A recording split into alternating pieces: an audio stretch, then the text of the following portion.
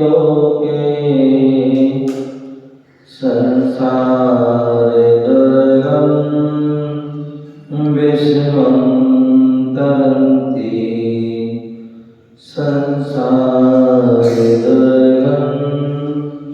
विषमं तरन्ति संसारदर्गं विषमं तरन्ति कण्करस्य भूषणम् इच्छि विद्याकण्ठस्य भूषणम् निर्गन्त्यं भूषणं यस्यं वन्दे विरागसागरम्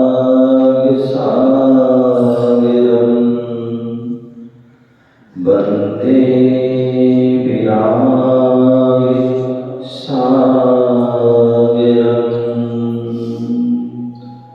वन्दे विरागसागरम्।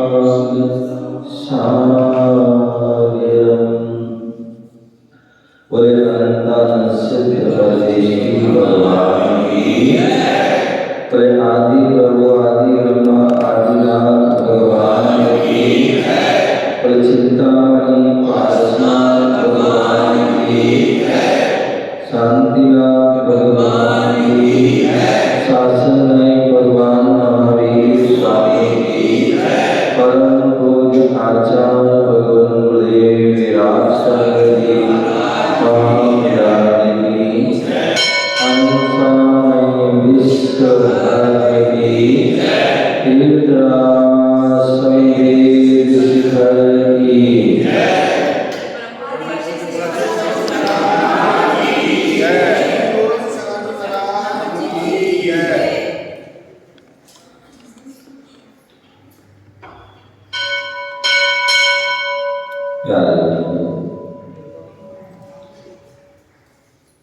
आज हम सभी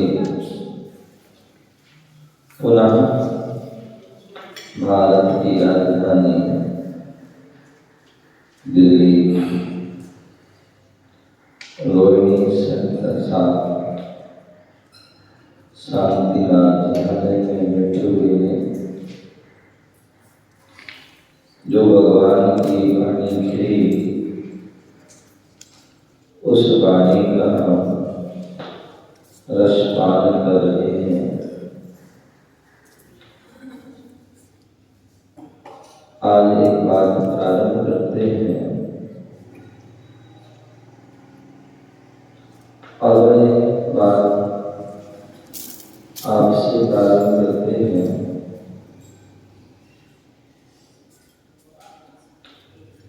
एक थी गुड़िया और बचपन में मर गई।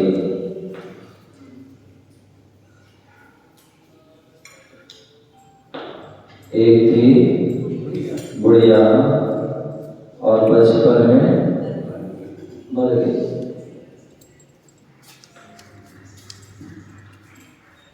अब प्रधान जी राजकुमार जी बोल रहे हैं,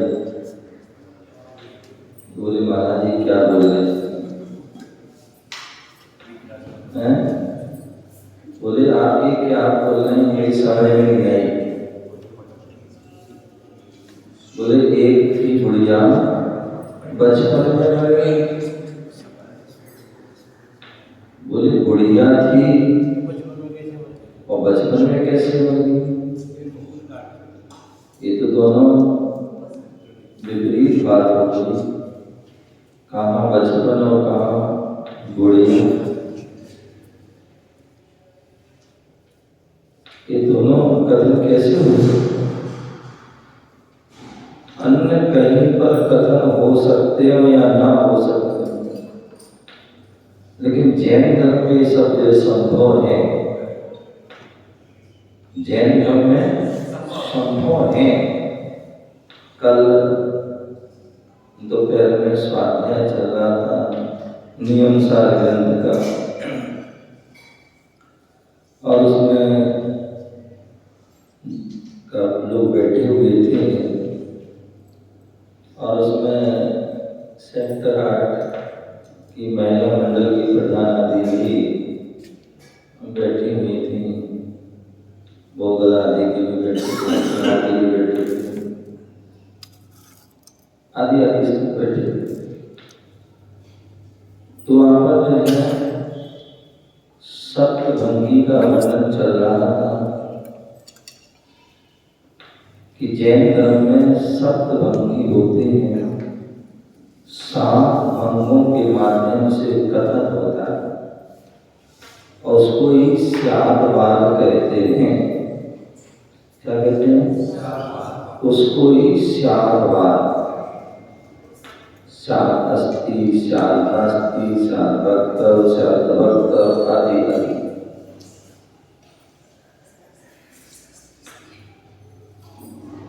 तो जो है वो कथन चल रहा, तो बोले वो कैसे हो सकता, ये क्या चीजें हैं? तो इसलिए वही चीज है जो कथन करने की शैली। कोई व्यक्ति है, वह मान लीजिए प्रधान जी हैं, राजकुमार जी हैं, वो क्या है,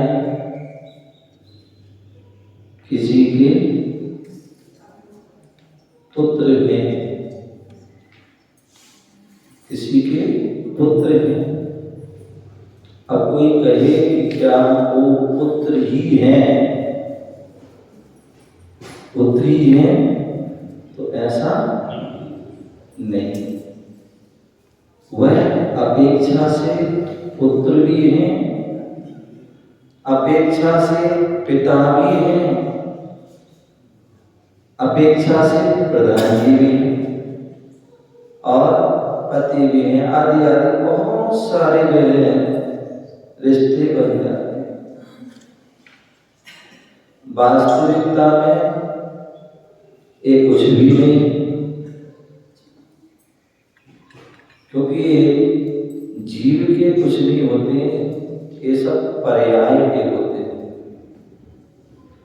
क्या होते हैं? पर्याय। तो ये जो कथन करने से, और जब इस कथन से शांतवाद से हम कथन करते हैं, अनेकांत से कथन करते हैं, तो सारे विवाद वहां क्या हो जाते हैं? दूर हो जाते हैं। अन्य लोग जो है कथन करते हैं, अन्य संप्रदायों में कथन जो करते हैं वो बाधित हो जाते हैं, लेकिन जैन धर्म में सारे वाद विवाद दूर हो जाते हैं। और यही कारण है कि भगवान महावीर स्वामी हमारे जिन शासन के 24वें तीर्थंकर हुए और उनको मोक्ष में 2550 वर्ष पूरे हो गए, 51वां वर्ष था। लेकिन जो उन्होंने बात कही वो बात आज भी सत्य है, सही है, यथार्थ है। क्या है? आज पूर्ण सत्य सही यथार्थ है, उसको किसी ने भी जो है बाधित नहीं कर पाया, उसका किसी ने खंडन नहीं कर पाया। अभी तो उन्होंने ही अनेक जो मिथ्या बातें थी उनका खंडन। तो ऐसा वह भगवान महावीर स्वामी का सिद्धांत, शांतवाद में सिद्धांत, अनेकांत में सिद्धांत, जहाँ पर कहा जाता है, अन्य लोग कहते हैं ऐसा ही है, अन्य लोग क्या कहते हैं? ऐसा ही है। लेकिन जैन धर्म कहता है ऐसा भी है और ऐसा भी है। और जहां ऐसी बात, ऐसा कथन होता है, वहां सारी बात विवाद दूर है। तो बात चल रही थी, एक थी बुढ़िया और बचपन में मर गई।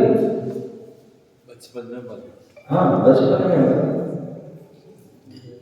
तो ऐसे वो जैन वह बचपन कैसे था, कैसे उसका बना। कहते हैं व्यक्ति जो है बूढ़ा जो होता है, वृद्ध जो होता है, वह अनेक प्रकार से, एक शरीर से बूढ़ा होता है। कोई 60 साल, 70 साल, 80 साल, 90 साल, 95 साल आदि और आगे भी हो सकते। तो वह जो शरीर से, एक मन से भी बूढ़ा होता है। हो सकता है व्यक्ति 8 साल का हो, 10 साल का हो, 15 साल, 20 साल आदि का हो, लेकिन आलसी हो सकता है, प्रमादी हो सकता है, आज का काम कल पे छोड़ सकता है, कल का काम परसों पे छोड़ सकता है, कर लेंगे। तो ये क्या है? बोले बूढ़ा। एक बोले ज्ञान वृद्ध होता है। क्या होता है? ज्ञान वृद्ध, जिसमें जो है वर्षों वर्षों से जो है अध्ययन के लिए अध्ययन कर रहा है, स्वाध्याय आदि कर रहे हैं, बहुत सारा ज्ञान प्राप्त करें, वो ज्ञान करते हैं। कोई संयम से व्रत होते हैं, वर्षों वर्षों से संयम का पालन कर रहे हैं, तब वो व्रत है,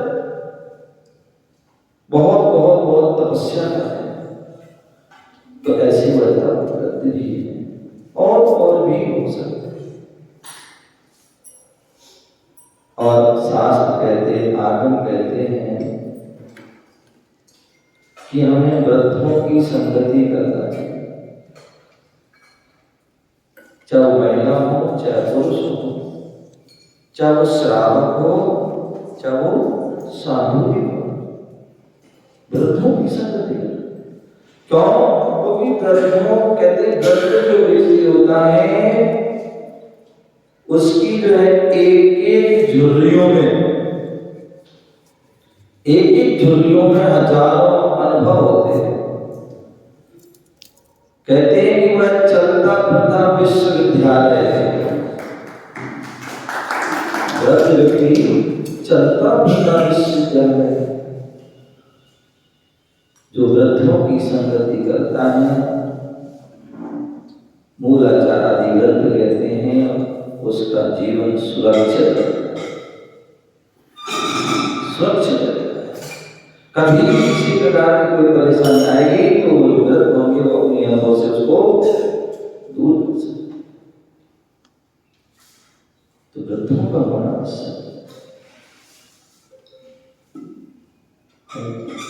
बता रहा था कि एक थे जो यहाँ बचपन कुछ बात समझ में आई, कुछ अभी नहीं आई। एक कहानी के माध्यम से पूरी कर। एक परिवार था, एक नगर था और उस नगर में परिवार था। और उस परिवार में एक पत्नी, एक पति और एक उनका बच्चा, तीन प्राणी थे। क्योंकि आप जमाना बदल गया, पहले हम दो थे, हमारे बहुत सारे थे, फिर हम दो, हमारे दो, और अब हम दो, हमारा एक। दो पत्नी थी और एक उनका पुत्र था। पति जो है अपने व्यापार आदि कार्यों में व्यस्त था, पत्नी जो है वह भी अपने घर कार्य में व्यस्त थी, और बच्चा जो था वो अपनी पढ़ाई में व्यस्त था। तीनों व्यस्त थे। एक बार किसी ने प्रश्न पूछा, अनंत जी प्रश्न पूछा, बोले महाराज श्री, बोले गृहस्थ किसे कहते? गृहस्थ किसे करे? अब यदि शास्त्र की बात बताएं तो बहुत से लोग उन्हें सिर से ऊपर चले जाते हैं। तो मैंने कहा कि चलो सरल रूप में बता देते हैं कि गृहस्थ कौन होता है। गृहस्थ कौन होता है? शास्त्र में लिखा है कि जो षट कर्तव्य का पालन करता है वो ही सच्चा गृहस्थ है।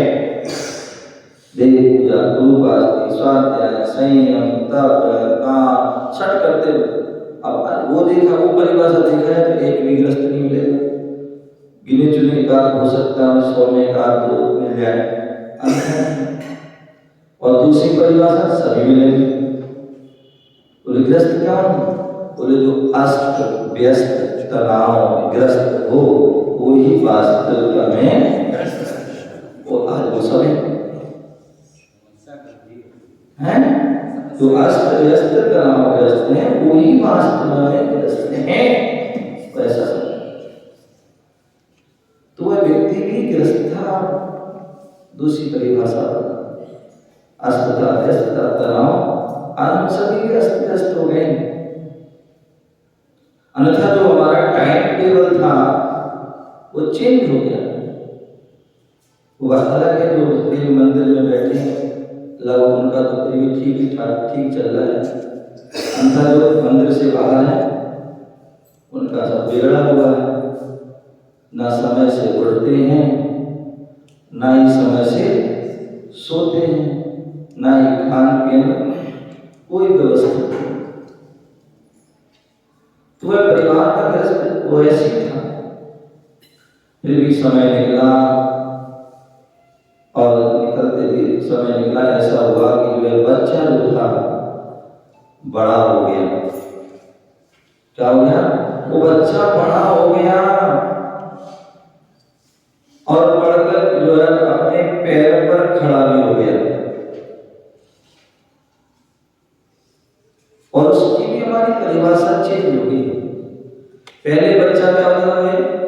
1-2 साल का अपने पैर पर खड़ा हो जाता, लेकिन अब उसको वो नहीं मानते। बच्चा बड़ा कब मानते हैं? कब अपने पैर पर खड़ा मानते हैं? बोले जब वो है पढ़ लिख करके जो है नौकरी करने लगता है, व्यापार करने लगता है। क्या करने लगता है? नौकरी करने लगता है, व्यापार करने लगता है। तो बोले क्या कहते हैं उसको? हाँ, अब बच्चा बड़ा हो गया और अपने पैर पर खड़ा। बच्चे को समझदार कर मानते हैं।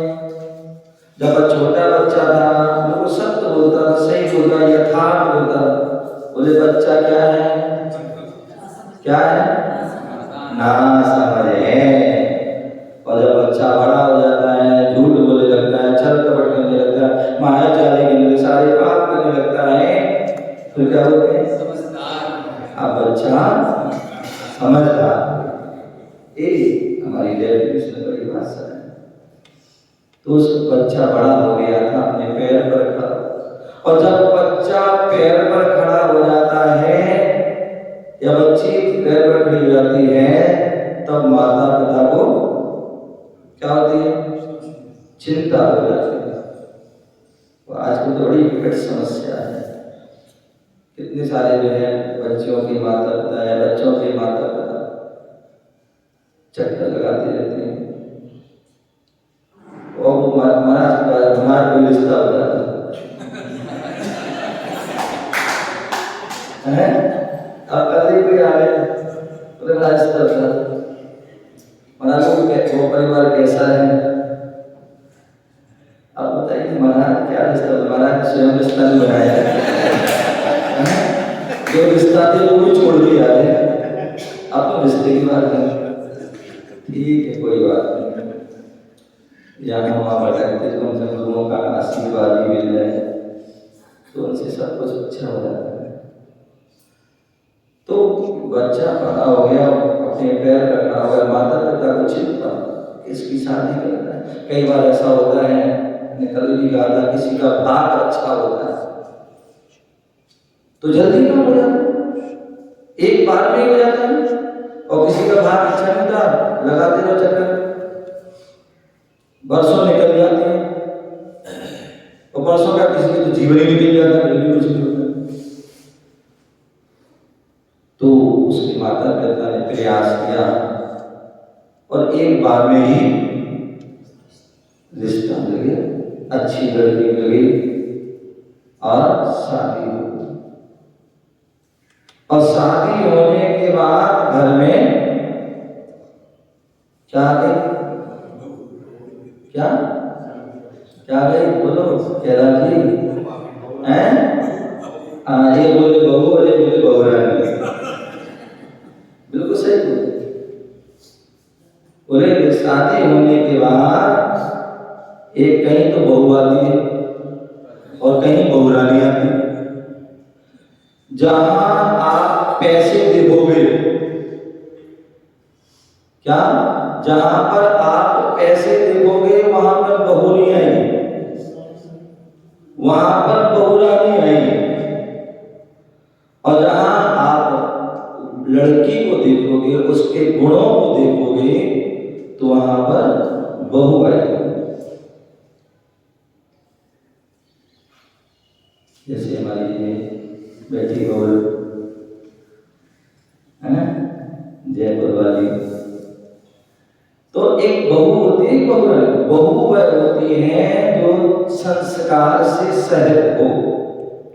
प्रातः काल हो तो अपने धर्म के साथ प्रारंभ हो, बड़े अपने बुजुर्गों का सम्मान हो, सत्कार हो, घर गृहस्थी के आदि के सब काम आदि में दक्ष हो, वो बहू है।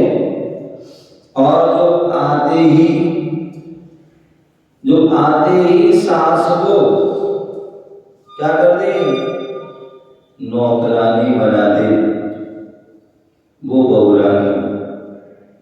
आराम से सासू जी काम कर रही हैं और बहू आराम से जो है निद्रा ले, कोई 8 बजे, कोई 9 बजे, कोई 10 बजे, सासू जी कर रहे हैं सारा काम, क्योंकि आपने पैसा देखा था। अब पैसा देखा था, पैसा दिया है, तो फिर वो बहू नहीं बनेगी, काम नहीं करेगी, सम्मान नहीं करेगी, फिर तो बहू रानी होगी। आराम से आराम। लेकिन वो वहां पर बहू आई थी, बहू संस्कारवान थी। और जैसी सुबह आई, पहला दिन बीता, सुबह अगला दिन हुआ, तो वह क्या देख, वह सुबह उठी, अपने स्नान आदि तैयार हुई, सोचा कि मंदिर की बात होगी, धर्म की बात होगी, लेकिन वहां तो कुछ भी, वहां तो सुबह से बस अन्न ही मंगलाचरण हुआ, अन्न ही का हुए, नाश्ता भोजन आदि प्रारंभ, उसकी व्यवस्था की आवाज आने लगी, हो नाश्ता हो भोजन। ठीक है, अब नई है, पहली बार है, तो जैसे उस नाश्ता तैयार किया, सबने नाश्ता किया, लेकिन बहू ने नाश्ता नहीं। उससे भी कहा बेटा तुम भी करो, मिलकर भोजन का टाइम आया, लंच का, लंच तैयार हुआ, सबने लंच किया, उससे भी कहा बेटा तुम भी करो, नहीं किया। अंत में वह डिनर का भी टाइम आ गया, भोजन तैयार हुआ, सबने भोजन करने बैठे, लेकिन वो उसका कर बोले सुबह से करने के बोल रहे हो, ना तुमने नाश्ता किया, ना ये लंच किया, और डिनर कर लेंगे, क्या परेशानी, कोई कष्ट, कोई पीड़ा, किसी ने कुछ कह दिया, किसी ने कुछ, बोले क्या, क्यों नहीं कर, बोले कुछ, बोले कुछ तो बात है, कुछ तो बात है। तब एक बार दो बार पूछा, तब उसने बताया, मम्मी जी, बोले हाँ बोलो बेटो, बोले भोजन क्यों नहीं कर रहा उसने, बोले मेरा नियम है, मैंने अपने घर पर थी, वहां पर जो है मैंने मिराज से जो है नियम लिया था, मिराज से क्या लिया था, बोले जब तक हम भगवान के दर्शन नहीं करेंगे, मंदिर के दर्शन नहीं करेंगे तब तक हम भोजन नहीं करेंगे। बोले नियम दर्शन मंदिर भगवान ये क्या होते हैं? तो इसे सारा पता है। बोले यहाँ ये सब कुछ नहीं चलता है, जैसा चलता वो से करो। बोले नहीं, नियम विराट से दिया है, नियम है और उसका प्राण तन से पालन करना। बोले बहुत उसने समय देखा, वो अंत में जब नहीं मानी तो उसने कहा, उसने अपने बेटे को भेजा, बेटे जाओ इसी मंदिर को दर्शन कराओ, भगवान दर्शन कराओ। बोले मम्मी मुझे क्या पता मंदिर कहाँ है, कहाँ दर्शन कहाँ क्या होते हैं। बोले नहीं कराओ, जाओ ऑर्डर है। ठीक है, अम्मा ने कहा चला जाए।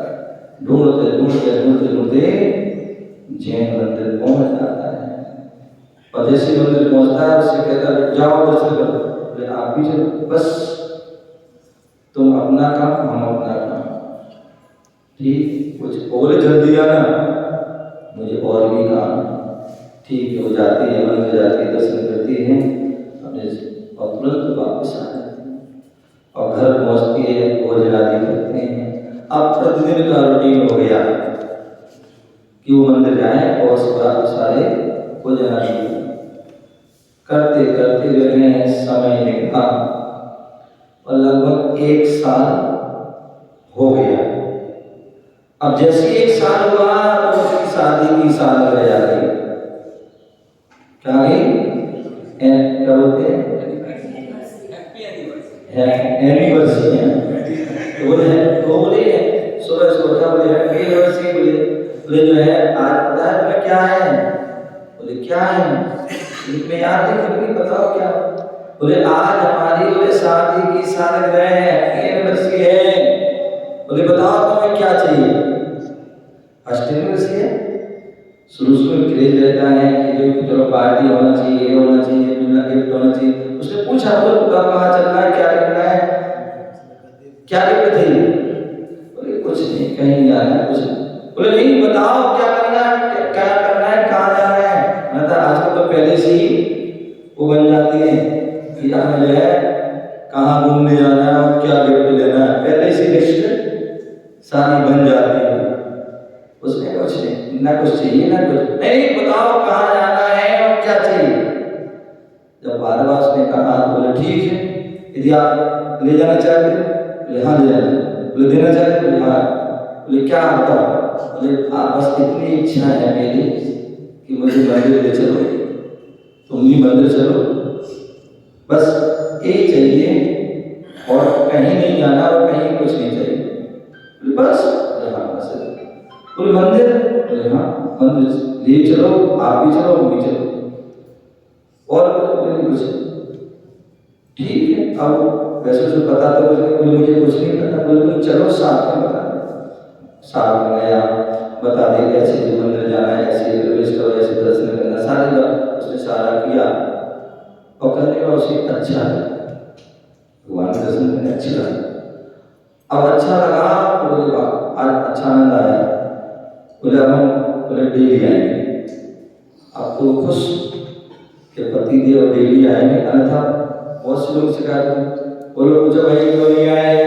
बोले महाराज बता दो तो कहने बंद कर दिया हमने। तो कहो आते हैं नहीं, ना आपसे भी आते हैं रजनी, आपसे जाते नहीं है, पूजने में आते नहीं है, आहार में आते नहीं है। अब हम तो कहने बंद कर दिए, आओ सो ठीक है, नहीं हम तो अपना काम करेंगे। ये समस्या देखो वो खुश हो गई तो उसका अब जो है मंदिर आने लगे, डेली मंदिर है, डेली मंदिर आने लगे, खुश हो गई, प्रसन्न हो गई। धीरे धीरे करते करते समय निकला, 10 लक्षण पर्व आए और 10 लक्षण के समापन पर जो है अग्नि चतुर्दशी का दिन था। सासू जी की बात पहुंची, सासू जी जय जय जय जय बेटा। तो एक बात कहूँ? बोले कहो बेटा, मानोगे? बोले बताओ तो। बोले नहीं बताओ, मानोगे? बोले हाँ मानेंगे, मैंने आज तक तुझसे कुछ नहीं मांगा, तुझसे कुछ नहीं कहा। बोले बताओ? बोले आज मेरी इच्छा है कि आज मंदिर चलो। मंदिर? मैं तो आज तक नहीं क्या होता मंदिर कैसे होता। बोले चलो बस, कोई बात ठीक है। अब कहाँ प्रवेश किया तो चली गई। मंदिर भी बड़ा विशाल मंदिर, बड़ा भव्य मंदिर, दिव्य मंदिर, और देखा 10 लक्ष का पर चतुर्दशी पूरा भरा हुआ है, वो भक्ति हो रही है, पूजा अर्चना हो रही, सब अपने लीन है। वो देखती है, थोड़ा वो भी बढ़ जाती है, सुनती है, करती है, बड़ा। और जैसी मंदिर की बात करती, बेटा मैंने तो इतना समय ऐसे निकाल दिया, आज तो बड़ा आनंद आया, तो तेरे कारण जो है भगवान के दर्शन करने, मंदिर दर्शन कितना आनंद आया। बोले अब मैं डेली मंदिर आऊंगी। अब तो और बहुत खुश हो गई, तो बड़ा अच्छा, तो पति भी और सासू भी। अब ये समय निकला, मुनिराज का आगमन हुआ नगर में, मुनिराज का आगमन, मंदिर में मुनिराज का आगमन हुआ, और मुनिराज का उपदेश चल रहा था। वो आए, तीनों लोग दर्शन किए, दर्शन करने के बाद मुनिराज का उपदेश, मुनिराज श्रावक आदि धर्म के उनके कर्तव्य के बारे में पढ़ने चल रहा, उसमें बड़े ध्यान से, और सुनते सुनते उसको मन में आया कि चलो क्यों ना हो। जय सुनने के बाद घर जाने लगी तो बोली सासू जी, मम्मी जी एक बात कहूं। बोले कहो, मेरी बहुत इच्छा हो रही है। बोले क्या हो रही है? मुनिराज को उपदेश सुनकर मेरी बहुत इच्छा, पहले से इच्छा है, और इच्छा हो। बोले क्या इच्छा गई? बोले मैं मुनिराज को जो है अपने घर पर, क्या अपने घर पर मुनिराज को आहार करना चाहती हूँ। बोले आहार अपने घर पर कैसा क्या होता है? बोले मुझे नहीं पता। बोले आप तो बस स्वीकृति दें, बाकी मैं ठीक है, मुझे पता नहीं है, कोई गलती ना हो, तुम जानो। बोले ठीक है, कुछ। उसने अपने पति देव को सासु तैयार किया और शुद्ध भोजन,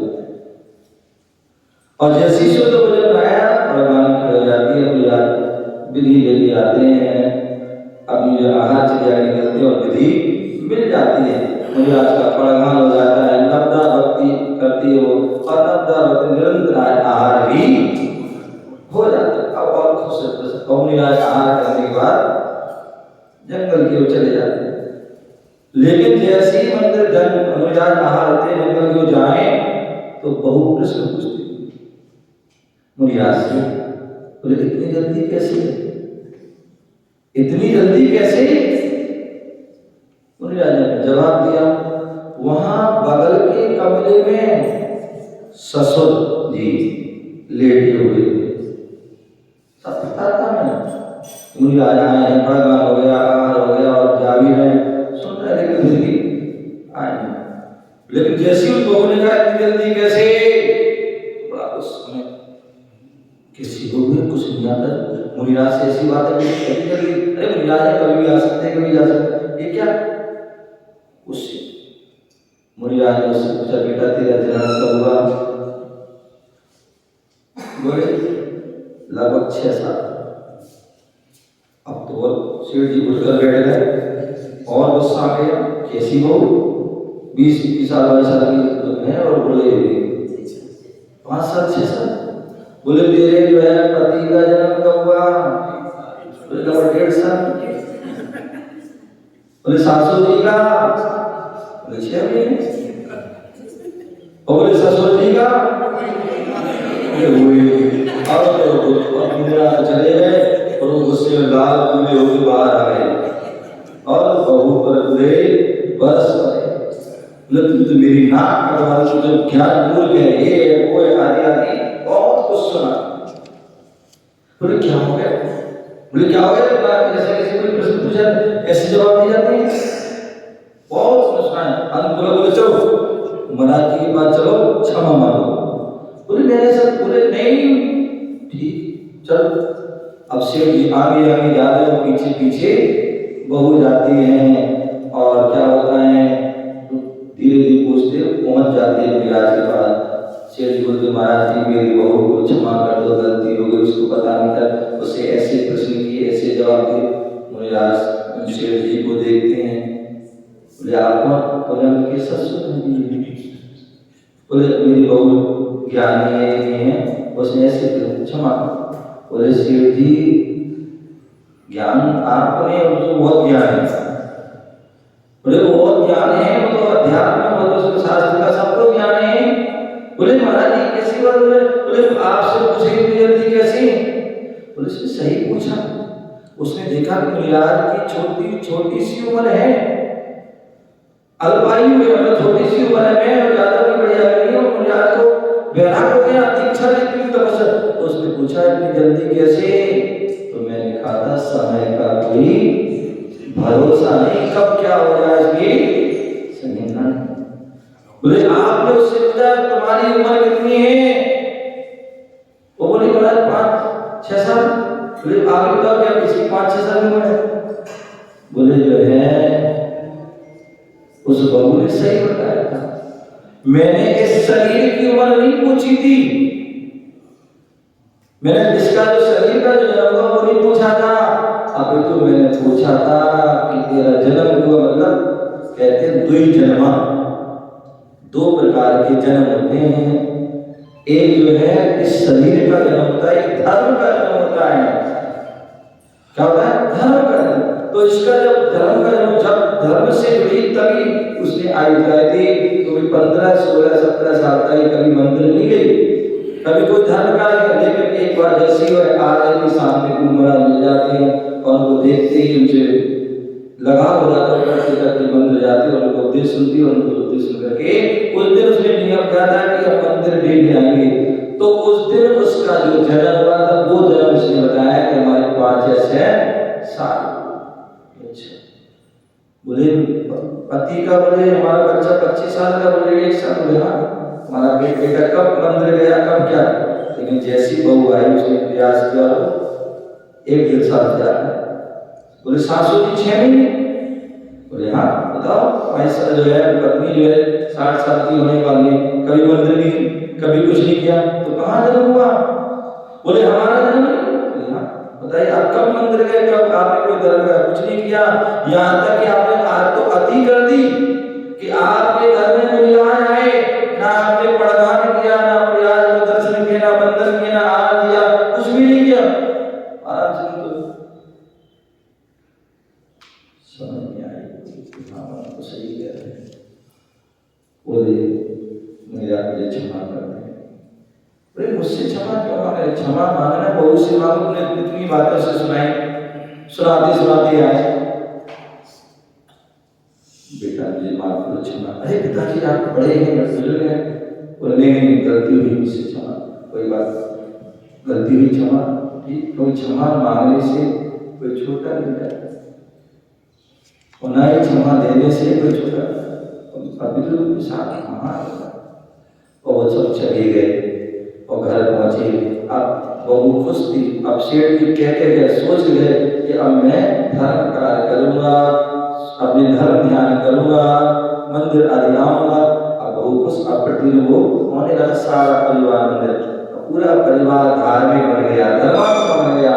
और कालांतर में कुछ समय बाद सासू जी की क्या हो जाती है?